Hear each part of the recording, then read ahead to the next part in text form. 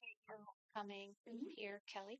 And I know we have in the audience some of our ladies that work hard in the cafeteria, and they um, would like to listen in too. And maybe, and we will have some time for you, for anyone to ask questions as well. We work through this. That's what is nice about a work session is we work.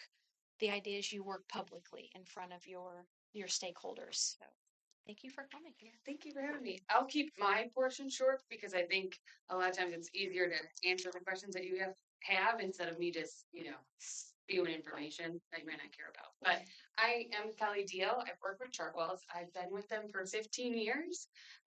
Actually, I was a food service director. I started there and kind of worked my way through some different operational positions there, and now I've been in sales for the past 3 years because I have two babies and wanted to do something different. So got to make my own schedule. But we're Chartwells. We are part of Compass Group, is our parent company, but we only focus on K-12 schools. So we'll talk a little bit today about what a food service management company means to a school district like you. So we'll talk about empowering associates, your financial stability, industry experts, and innovating program. These are all things that we can bring to your school district to help enhance your food service program here. The big thing I think we always hear is, what about our people?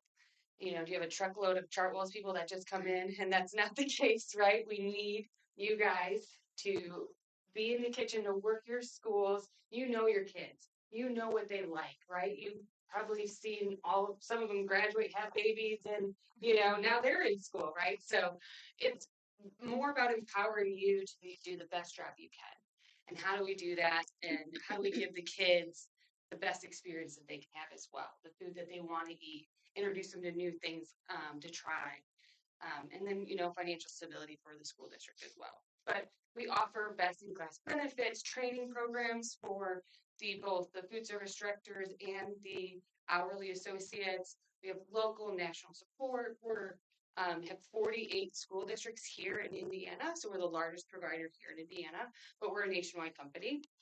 And so what that means for a school district like you is, we have North Lawrence that has a chef. And then if you guys wanted to do some programming where we want to do in cafeteria sampling, they can come down and help you. So it's like being able to pull from the best worlds, even though you guys are a little smaller and probably wouldn't be able to afford a chef on your own.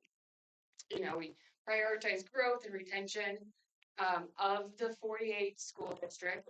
I believe 16 of them have food service directors that were once hourly employees before we were there, but now have come over to Chartwells and moved their way up to become food service directors and really kind of change their lives if they want to, right? I'm not saying that you have to do that, but there's opportunities for growth in our companies to kind of move your way up. And then recognition retention. We know that what you do is a hard job, and we want to recognize that. We have cheers programs, we have loyalty programs, we have perks, all the things that a company can offer to food service directors. So we want you to work hard, and we want you to be able to get some rewards for that as well. As a food service management company, we say, we don't take you and move you to a different school district. You will always be a food service worker here. If you would like to move, you can. That's a great thing about it. But you don't lose any hours. You don't lose any pay. We don't try to move you to schools. You are the school at the school district you're currently at, and that's what we do. So I don't have a Chartwells bus. That's not the case. It's just funny. We need you here. So we want to become part of your community and help you again enhance the food service here. And how we do that and how we do it for things, for financial stability, like school district like this, is the purchasing power that we have.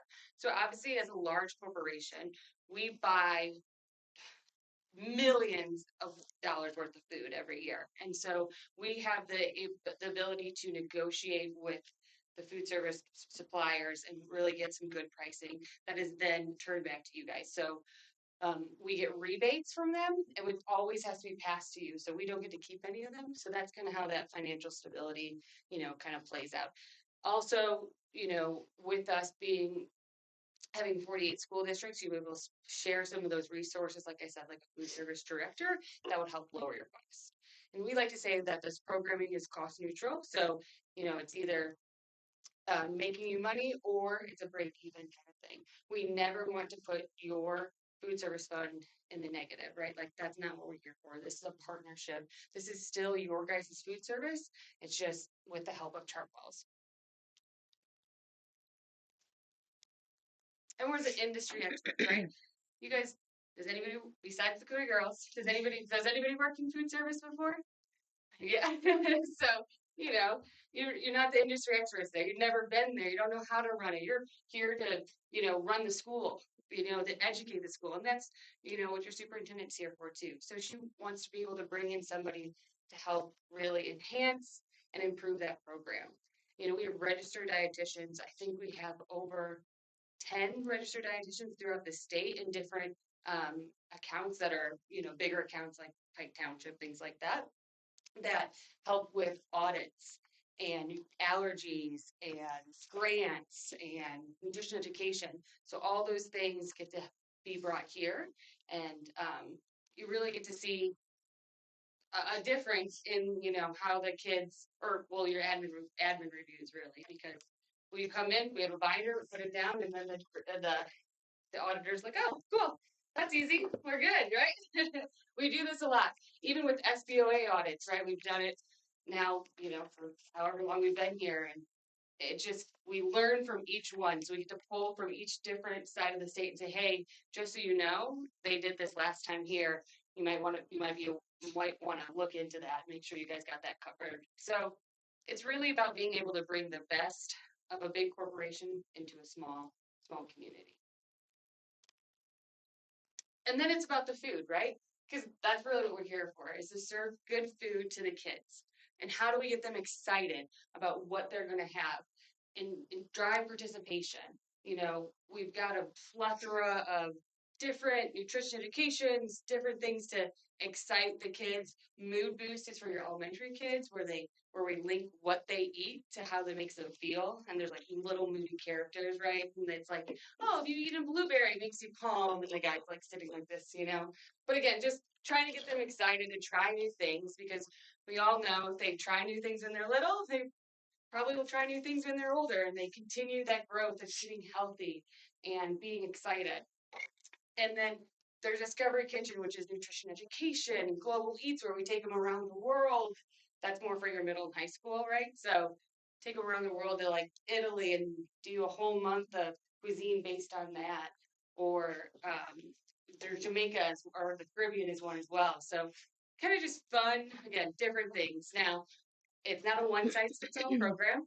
We know that what works in, Elkhart, Indiana might not work down here. So we really take what your food service workers have as insights, your parents have as insights, your kids, we survey them and really tailor it to your school district. So I think that's one of the biggest misconceptions as well. It's like, oh, well, they give us these menus and that's it. Well, no, that's not how it works. We really want to be a part of your community and what works for you. I always say it's funny. We just were partnering with Brownstown, and they have chili and peanut butter sandwiches. Didn't know that was a thing until like came down here, and so that was like on the first week of menu, right? You get a chili and a peanut butter sandwich, and everybody's happy. So again, it's really about that communication of what's truly unique to your district and how we can help that. These are just some pictures, I think, because they speak 1,000 words, right? Of like a mood boost activity that the kids get to try. Those are the little moody characters, at the bottom. So again, something for the elementary kids to get them excited and try. Like I said, blueberries isn't that, I don't think, very, but it could be. Some kids maybe never had blueberries, right? Or they never had cucumbers, or the cucumber salad with vinegar, so it's a little different. But jicama. I think there is a recipe with jicama on there. They're like, what is that? It's like a root. Doesn't really taste like much. Really great. Just try it. But then they get like the stickers and like keychains and bracelets when they get to try them. It turns into a really fun day. And Student Choice is a program at the high school where the kids get to vote on like the station that they want to see next at the high school. So, we've got, I think the next slide has all the concepts, but we've got so many concepts to choose from. And then we put up 3 against each other, and the kids will taste test throughout the week and then vote on like iPads. We stream it through the cafeteria, so it's like live voting. They get really excited about it. And then the next 3 months, that's one of their concepts that they get to have. So again, getting them engaged, wanting them to eat more, wanting them to be in the cafeteria. It's just one of those things that bring them in. And again, like I said, it's not a one size fits all program. These are just some of our coloring concepts that we can put into the different schools. Again, it's based on your cafeterias, it's based on your kids. And so we can pick and choose. If you have a great cafeteria and there's 6 different stations, we'll do 6 of these. If you have 2, we'll make it work with 2, and we'll do some fun things and on rotating them out more frequently. But again, it's bringing that excitement to the kids, making sure that they want to come in and eat. Again, this is just pictures of food because that's what we are. We're a food company.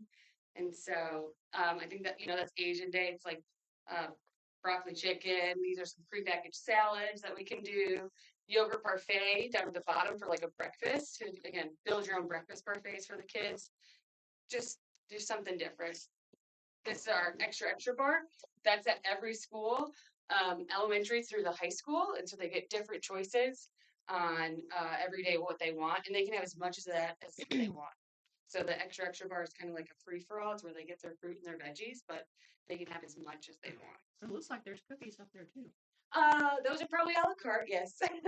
So we do sell a la carte as well. So, or that could be a free day. Sometimes we sneak those little free days in, which again, it's all part of the regulations. We have a great program that our registered dietitians work with and the food service directors work with that does all the nutrition analysis for us. So the food service directors get to plug and play. There's always 14,000 recipes that they can choose from. Like, that's crazy, right? Like, just to go in and be like, you know what, we're going to do this today. And we're going to do broccoli chicken, some pizza, chicken, or a beef burger, and then all our extra.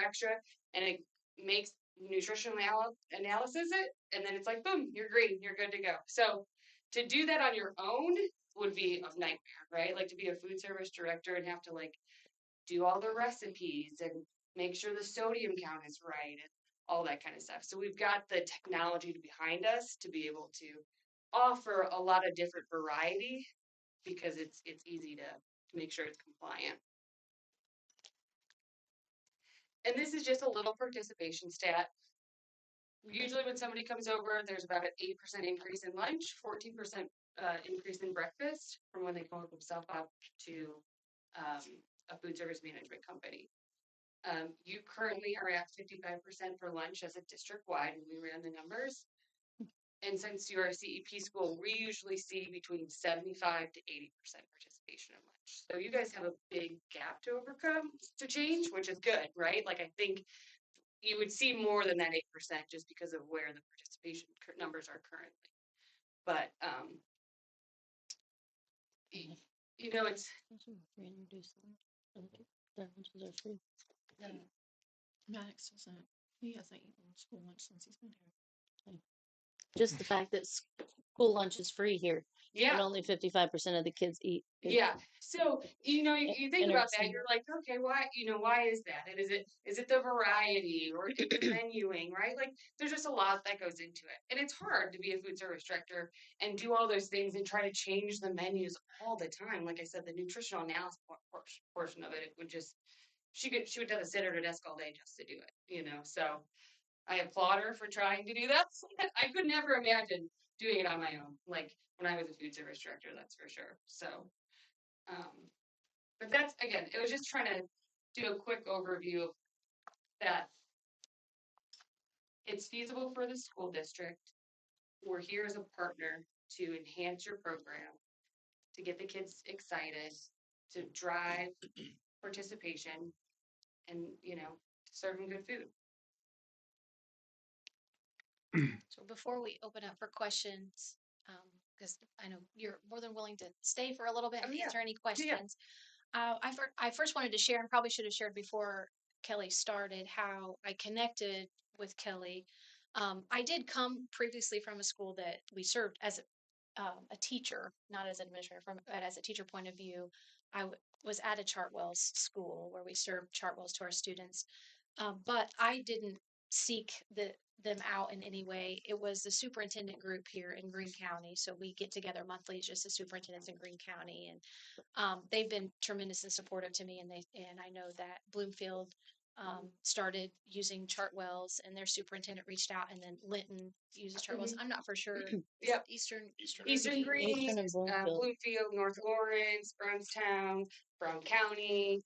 Trying to think like that's in yeah, the county. yeah. And so, yes. And so they were sharing their experiences with me and said, um, hey, if you'd like, we could connect you to Kelly, because it's not always feasible to partner with a food service provider. So sometimes it doesn't make financial sense, or you can't afford to do that. So before we even go through the work of putting it out to bid, because that's also what the process is, and Kelly's more informed than I am on that.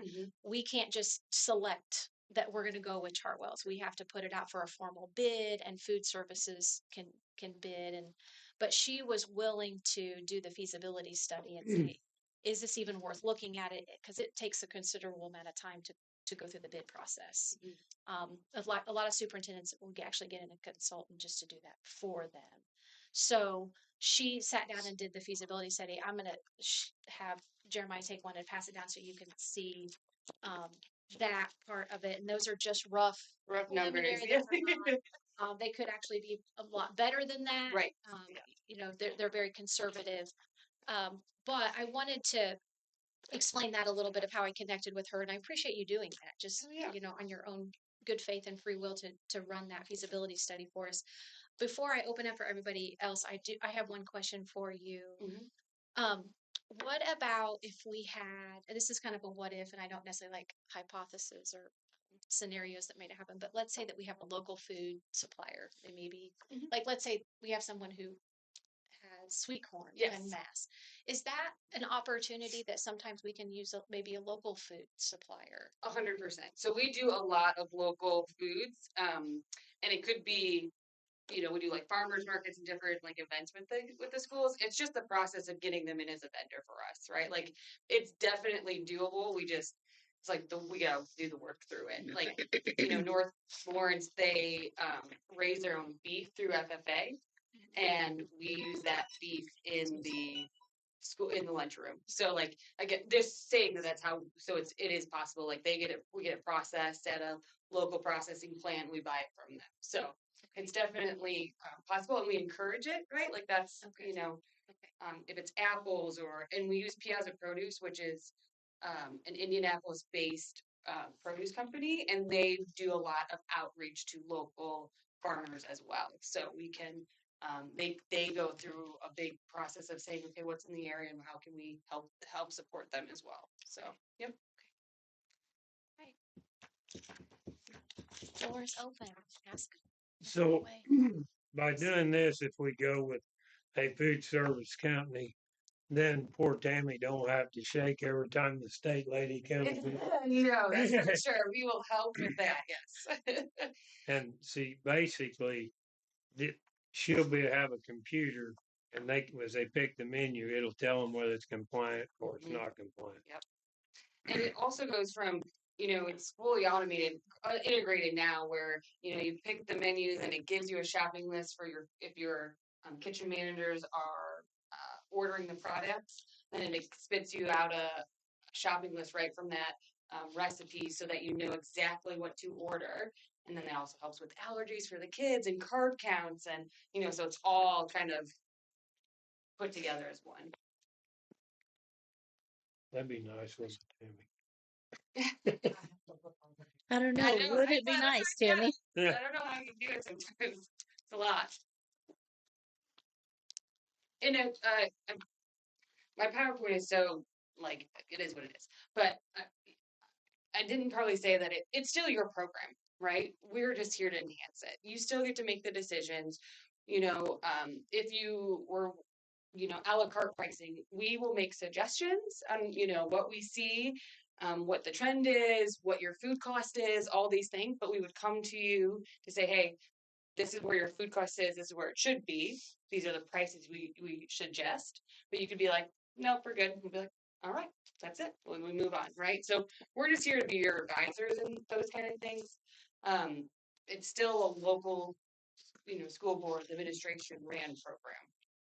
The CEP stuff doesn't change. The commodity diversion stuff doesn't change.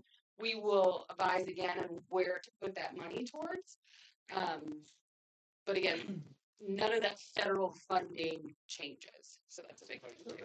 So Yeah. everything, Yeah. so still all the free lunch, this qualifies for all that. Yes, it qualifies for all that. That doesn't change.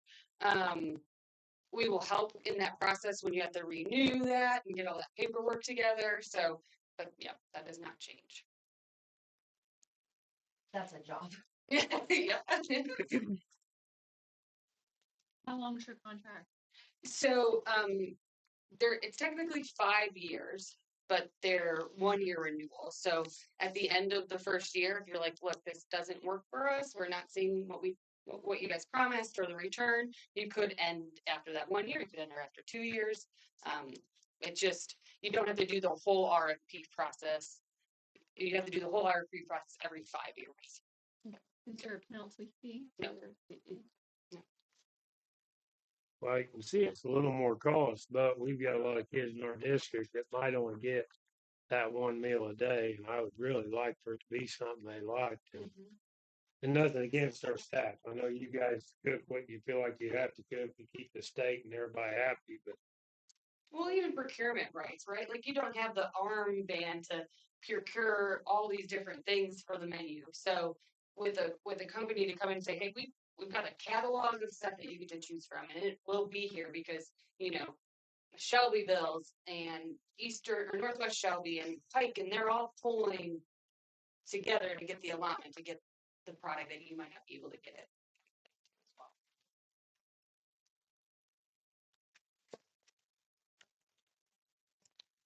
How long have you been in the Green County schools? Is it just Eastern Green? No, in Green County. Is it just recently new, or you guys been in there for a while? Oh, so like Bloomfield, this is our first year. Linton, we've been there for. I was just so 4 years probably. So this is probably our 4th year there. Eastern Green, I think we've been there for it was before I came. So 16, 17 years. Yeah. It's been a long time since we've been in Eastern Green. Yeah. I know something too, Tammy, that Kelly had offered was a visit Mm-hmm. that they would be happy to take you on a visit to, say, Linton or Bloomfield or Eastern Green, so you can see I for yourself. always like the visits because to see what other schools do. For Yes. sure. We can help to coordinate. And if any board members would like to come too, we'd be happy to have you. So it's always good to see what we talk about. Talking for new ovens, we went on a visit to Lynn. Oh, Yeah. so with these ladies and gentlemen that work there, if we do this, then they're your employees or are they still our employees? There's two ways to do it. I know you said that they work here, but Yeah. I was kind of vague on what. Yeah, technically, most school districts, I will say, when they do this, is they have this food service staff come over to us.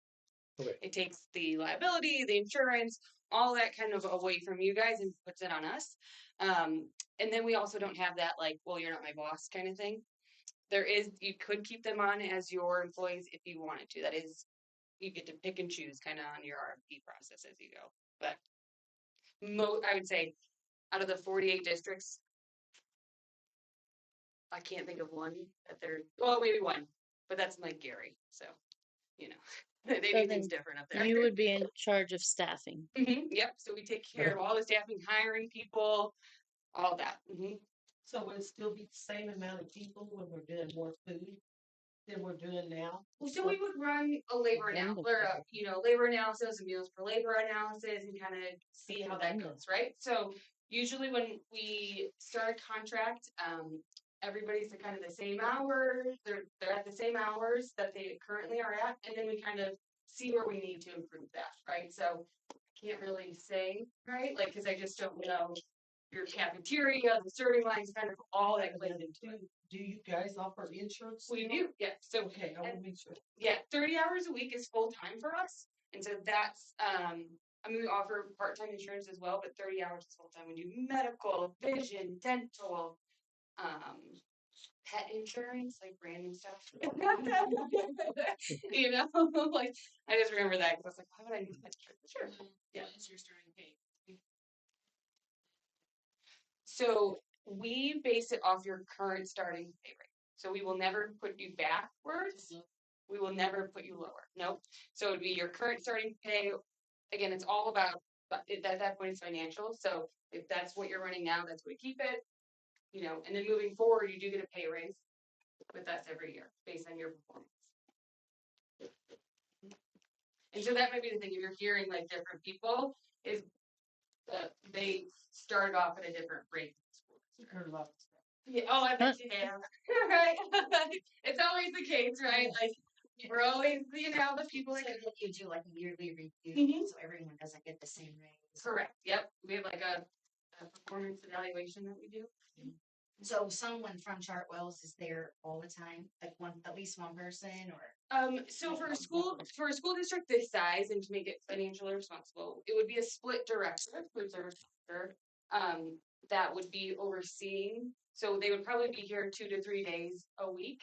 Obviously, at the beginning of the contract, it'd be a lot more just because we want to get it off on a good start. But then, you know, the school district also has to have a food service director employed under them for the USDA regulations.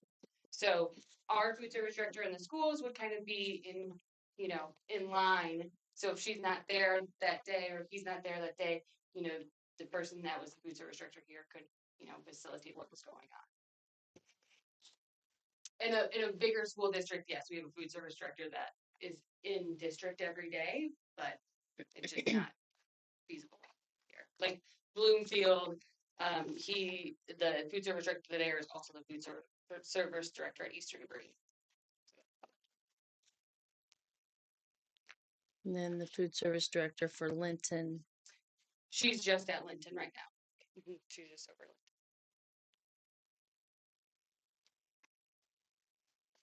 do all of the employees have to be ServSafe certified then?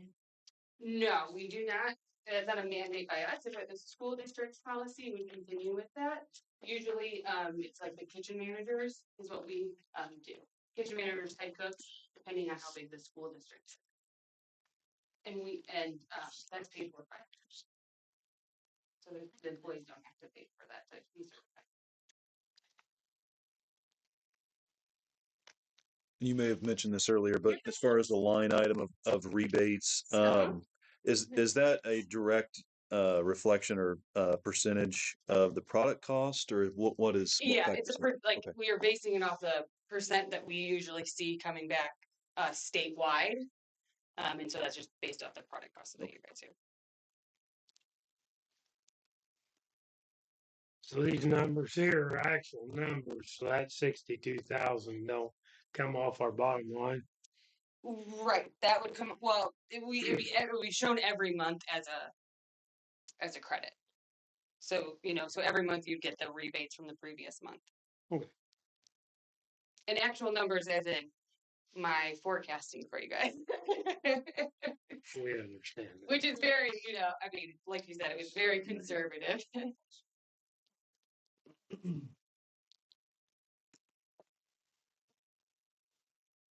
Guys, good. You guys good with your questions? Okay. I have one more question. Yeah. So if we decide to go with something like this and you got our bid, when would you start? Normal contracts are July 1st. Okay. And so it's like next school it's a year. next school year kind Okay. of thing. We you know have done contracts where they're in the middle of the school year, but that's usually because it's like dire for some reason. They don't have a food service director, they're hemorrhaging money or something like that. But July 1 is usually the best time to start because then everybody gets, you know, trained. We'll do a huge back to school training with all the employees and they get culinary and nutrition and customer service and all that kind of stuff. So it's not as rushed. I'll say that, yeah. Where do they go for training? Usually we do it in the school district. Okay. Like our chefs will come down and that kind of stuff. We might, because of the size, we would probably partner with like Linton or Eastern Green or something like that, just so. But again, I shouldn't say that because I'm not operations, so but that's usually what would happen. And you said in any case, we're net neutral on budgeting, right? I mean, That's what we worst, would. worst case scenario is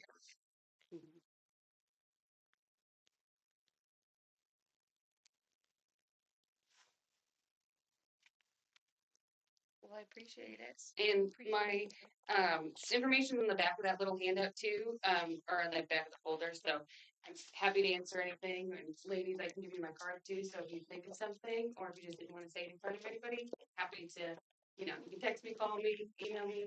Well, there's a few other ones that wanted to come, but they couldn't. Sure. They go to the funeral home, so they just. Yeah. So I don't know if we answered anything. You mentioned what I That's all that matters, right? Thank you so much. Well, I appreciate it. We appreciate you. Thank you so much for coming, Kelly. thank you. Thank you. Thank you. Appreciate you.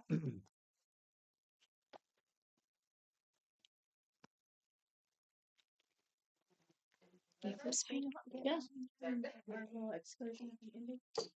It's my stick. I did. Ladies, we would love for you to stay and listen to the rest of the work session. I'm going to be talking about the strategic plan for the district, and then we'll start the regular session at 6. But also, please know we won't be offended if you want to leave. You don't feel as if you have to stay. Some people have said, "Is it rude if I?" No, you don't have to stay. But I'd love for you to if you want to. That's fine. I'm ready. Okay. I just wanted to make sure I knew about this. Yeah. Well, no, we appreciate you coming. And that's why we have these public work sessions, because we do want to work out in public. We don't want to work behind closed doors. We want as much of work as we can do out in the open. We would rather do in a work session than an executive session. So I appreciate you coming. That's why we do these. Thank you. Thanks for coming, lady. Thank you. Thank you. Good day. I'm gonna try to be good. All right. Thank you. Thank you. Thank you.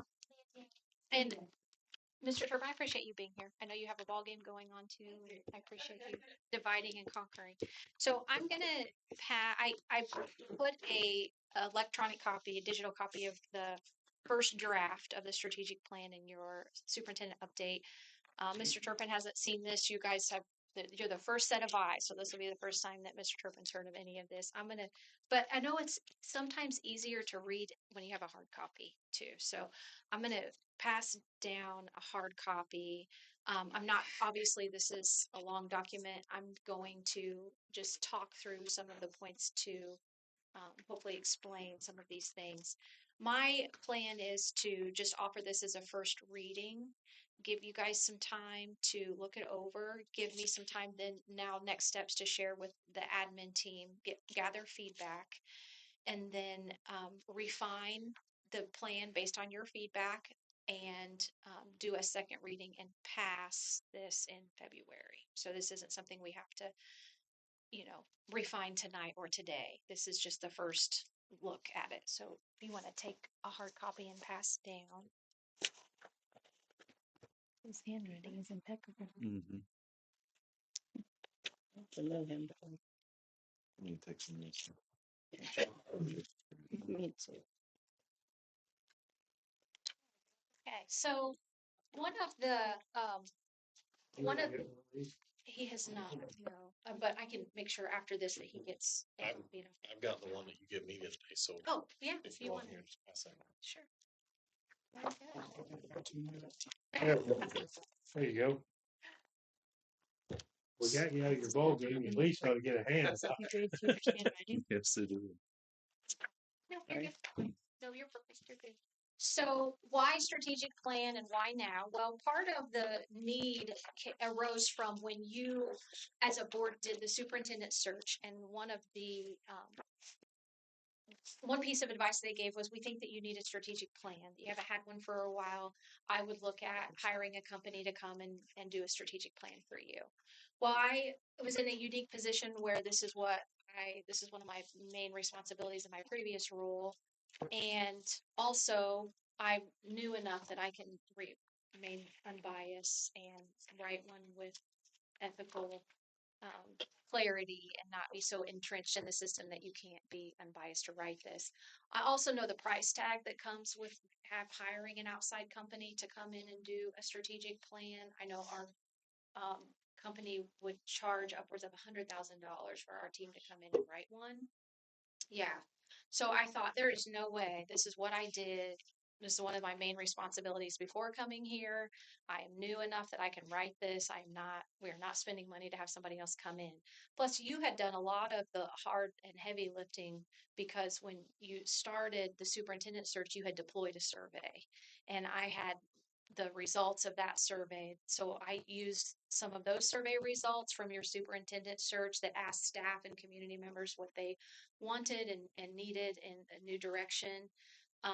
And then I came in and continued to collect the data. So why do we even need a strategic plan? What establishes a clear shared direction for the next 3 years. One of the things that was said to me in focus groups, and I think I've shared this before, was a sentiment, and people would say, we are good, we were ready to be great. We've got people that are ready to go. We just need a direction. Just tell us where we're headed, and there will be people behind you to get you there. So that was exciting to hear. We need to align our student learning expectations and our operations along with community expectations, what the community expects of us as a district. I do want you to know this was informed by stakeholder voice, by district data, and your priorities as a board. This should be an elevation of everyone's voices, and you should hopefully feel that when you read some of this, that it's not a surprise. And we want to create accountability, a system of accountability. That was something you also shared with me in board, and clarity and sustainability. We want to be around for a while. So the foundation of the plan was, we talked to students, we gathered survey data and focus groups from students grades 3 and up, staff, parents, community, and board input. We reviewed all of the survey data, pulled themes out of the focus group discussions, and looked at the academic achievement data. There was a clear message that we are strong. Shakamak is strong, but we are ready for some focused growth. I like to say we're good, we're ready to be great. So here's the key themes that we heard. Strong community pride and support. And you'll hear people say, Brianna will say a lot, with your school goes, so does your town. And people know that and understand that here. We have caring, committed staff. We have people that are ready for some instructional alignment and clarity. I, in fact, just had a teacher pop in at the end of the day and share that desire as well. An interest in expanded student opportunities and expansion in our communication. So this is what our needs assessment said. Stakeholders said, and this was through focus groups and surveys, and included all stakeholder groups. It focuses on strengths. We want to be strength-based, and working with the willing, people that are ready and willing to grow, to inform our priorities. So here's what we collectively found and pulled out of the data without digging in deep. Students report feeling safe and supported and cared for. There are strong relationships between staff and students and families. There is a demonstrated commitment and collaboration and pride currently in place, and the community does express a lot of confidence in their schools and their facilities. They are ready for clear instructional alignment across the classrooms. They're ready to expand and are excited to hear about some new career pathways that we could offer. They are ready for some stronger communication and consistency, and they're ready for some better collaboration systems and support. So here's what you're going to find in this plan. what we call KPAs. They're key priority areas. We're going to have 3 of them. And each one is going to have goals, strategies, and outcomes, and they will be actionable and measurable and sustainable. What we don't want to happen is this to be a 100-page document in a binder that we put on a shelf and we don't use and we don't get out and we don't do anything with. That's no good. So here's the first KPA. The first one is student learning outcomes and instructional excellence. So what you see there, the bulleted list is what we consider the strategies underneath there. So we want high quality tier 1 instruction. So we want to establish an instructional framework. What does good instruction look like in every single classroom, K-12, no matter what you're teaching? You don't want it to be a situation where there's a lot of instructional variance between classrooms. That does not stifle teacher autonomy, teacher creativity. There's still an art to teaching that we want to make sure that we support. We want to have data-informed decision-making, so we want to start using the data, especially in light of, Mr. Turpin can attest to the new checkpoints, and you know how much instructional time you're losing in administering those checkpoints. Well, we want to make sure that we're using the data. If we're going to administer and we're going to take time away from instruction, we want to make sure we're using that to inform our decisions. We would like to get up and going an intervention and enrichment system so that we are now acting and responding on the data that we have collected. And we need some instructional clarity and consistency. So when we talk about these strategies, I want to be clear, and because Mr. Turpin's here as well, you may be thinking, okay, so what does this look like K-12? Well, this is going to look very different in Mr. Turpin's building than in Mr. Reese's building. And how this will play out is Mr. Turpin's going to sit down with me and his leadership team, and they're going to help to write and craft their action steps. What is this going to look like to achieve this in the elementary? And then Mr. Reese, Ms. Cooprider, and their instructional leadership team will sit down and do the same. So there is a strong vision. These are non-negotiables. This is our KPA. We are all rowing in the same direction. We're all working together, but how you get there might look very different for Mr. Turpin and his team and Mr. Reese and his team. So the first key priority area, we want to strengthen those learning systems and outcomes. What the focus area will be, we'll establish an instructional framework, K-12. We will have, right now, we do not have a guaranteed viable curriculum. So, for example, I'll give an example. Mr. Dow in English Language Arts. It would have been so nice if I could have been able to hand him a curriculum. And I could have said, this is our curriculum. This is what you teach in 7th and 8th grade English Language Arts.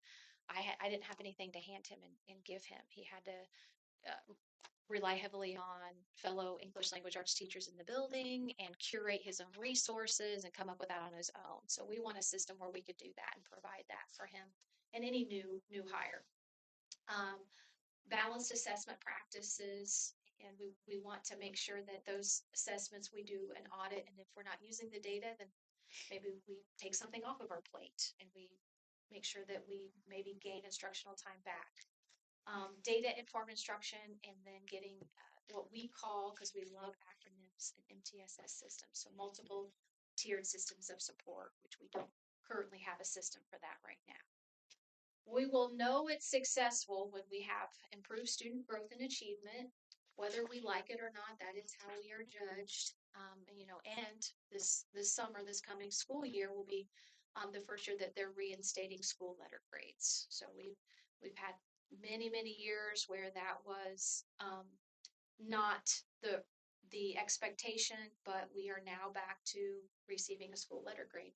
We know that what we're doing in these schools goes way beyond the letter grade, but we also know there's a lot of people who don't, and so we want to make sure that represents what we really are doing.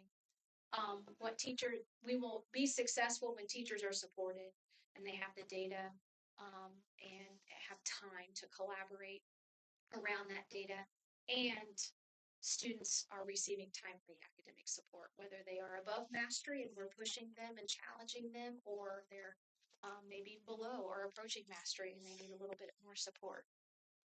KPA 2, so the second expanding opportunities. So what this is going to look like is some intentional systems and development around academic, career, and life ready skills. And we want this to be a K-12 continuum. So oftentimes you think the heavy lift is on high school. This cannot be a high school only thing. This cannot rest on the shoulders of only the high school teachers. This starts in kindergarten. So we want a K-12 profile of a graduate, what it looks like. If you graduate from Shakamak and you walk across that stage and we shake your hand and sign your diploma, what we're saying is this is the kind of human being that we're launching into adulthood and into the world. We want career exploration, planning, and engagement K-12. That starts as young as kindergarten. So they start to explore and become aware of what the options are, all the way up to by the time you're in 11th and 12th grade, we want you to be actually engaged in a career field. Diploma seals, pathways, and student choice. So we want to make sure we're promoting and offering as many of those pathways as we can here and expanding those. And then we want to make sure that our discipline and our response to discipline is aligned with regulation, growth, and learning in a way that's positive and productive. What we will know that we've been successful at the end of each year, at the end of each semester, if we're graduating people that are ready to either enroll and continue their education, or they want to maybe enlist in the military, or they are ready for employment. We know we've been successful when students are aware of their career pathways and their choices. That was something that came up in the survey data. A lot of parents and or students would say, we're not really even for sure what our choices are. And we didn't realize that you even offered that. We would have maybe done that. So we want to make sure that they're readily accessible and clear what their choices are. We want to continue to preserve our dual credits, and we want to look at graduating students with certifications. I was at a roundtable, a Greene County Economic Roundtable, not too long ago, and they were asking about what are some certifications that we can start making sure our graduates can graduate with, so that they maybe shine above another applicant. And one idea, for example, was you know what, it would be great if your kids graduated and they were already OSHA trained and approved. If we could do that in high school and they could put that on their resume as a high school senior, that I've already had my OSHA training, that would maybe put a spotlight on it. So those kinds of certifications that we can look at getting them certified in high school, and then career awareness beginning earlier, as young as kindergarten, and being intentional about making them aware of what careers are out there. Okay, KPA 3, the last one. We want to make sure we're good stewards of the resources that we have, and we're careful and intentional about how we communicate those, and we all collectively share that responsibility. So what that means, we want to have safe, clean, welcoming schools, but at the same time strengthening our communication, our school pride, and shared ownership across the district. So what we want to focus on in the next 3 years, our facilities are clean and safe. We're responsible stewards of the resources that we have. We want to continue to have clear, consistent communication. Make sure that we are, I say, relentless in telling our story, and boosting our pride and our visibility, and transparent progress monitoring. So we'll have what we call a KPA dashboard. So after we sit down with leadership teams and we decide what the action steps are, you will have access to a dashboard to see how we're doing. How much did you get done this month? And or, hey, I noticed that you're not doing a lot in this area. Do you need something? You have a resource lacking? What can we do to help? To help everyone be transparent in how we're moving towards these goals together. So we'll know we're successful when we can sense and feel and see increased pride. There's clear alignment between the board, the staff, administration, and you can see and hear and feel consistent celebrations of district strengths. So 3-year timeline, first year, year one, and we're gonna start right away now. We're not gonna wait till August. It's just laying the foundation, establishing common language, making everyone aware of the direction that we're headed, and starting to get some alignment with what action steps will look like. Year two, we're gonna get both feet in the water, start implementing. Now everybody's understands where we're headed. We're using a common language. Let's get to work. Let's get busy. And as we're working, we will probably have to refine some of our systems. Year three is working on expansion and sustainability. This isn't just, we don't want this to feel as if it's a 3-year plan that I just ride it out, it'll go away. We want to think about, okay, now that we've done this, what are we going to build and how are we going to sustain, continue the good things that we've started? So the expectation is semester-based progress reports so that we can review and adjust. My expectation would be that building administration would continue to update their dashboard so that you can receive regular board updates. And in order to do that, we have to have measurable indicators. We're going to use student data. We're going to continue to gather stakeholder feedback so that you have access to transparent progress. So you may think, what's my role in all of this? So as a governing body, you want to make sure that you're always aware of what the vision is and that we're aligned in that vision. And you can't really do that if you don't have access to tools to progress as well. And so really what you can help us to do is to help us to hold us accountable, to progress monitor, and just your support, and that we're aligned in our communication and everyone knows what the long-term focus is. So next steps. Board feedback discussion, and we're open to discuss it now or anytime before February. I did put an option. I'd love to meet one-on-one with any of you if your schedules allow and answer questions about anything, not just this. We can hold another optional work session. I will say we started in November, but the hour before the board meeting has worked well. I don't know if we want to continue that cadence or not, but we can continue that. And then hopefully formal adoption in February, which will allow me to roll it out to all staff after you approve. Then we'll have a campaign. We will roll it out to all staff, so all staff can be aware and start action planning the leadership team. So what I'm asking for you, I'm asking you to adopt this after we have a month to refine. So I'm asking for adoption in February. And then you will authorize me then to proceed with implementation. So what questions, comments might you have now that I could answer? I just want to say, we better give the credit to Dr. McDaniels. He's the one that got the survey and all that. We just remember when he came in and he said we need to do the survey and all that. So I can't take credit for that. For that So, survey. yeah, that was all his planning. So you said we really set you up. No, he set you up. So you can thank him. I will. And he said he called me and said you gotta get this done for him. So I guess as we look strategic planning, I mean, it's going to go past 3 years, 5 years, 10 years. Is it kind of maybe a leapfrog type approach when we get through year one, then do we start looking at year 4? And then, you know what I mean? How does that, I guess, how do we sustain long term? I mean, like you said, we don't want to have just a 3-year plan and then at the end of that, then where do we go from here, right? So do we continue to build onto that after, like I said, after year 1? Do we start building year 4? What does that look like? You know? Yeah, good question. Typical strategic plans are 3 years long. Oftentimes they publish them on school websites typically.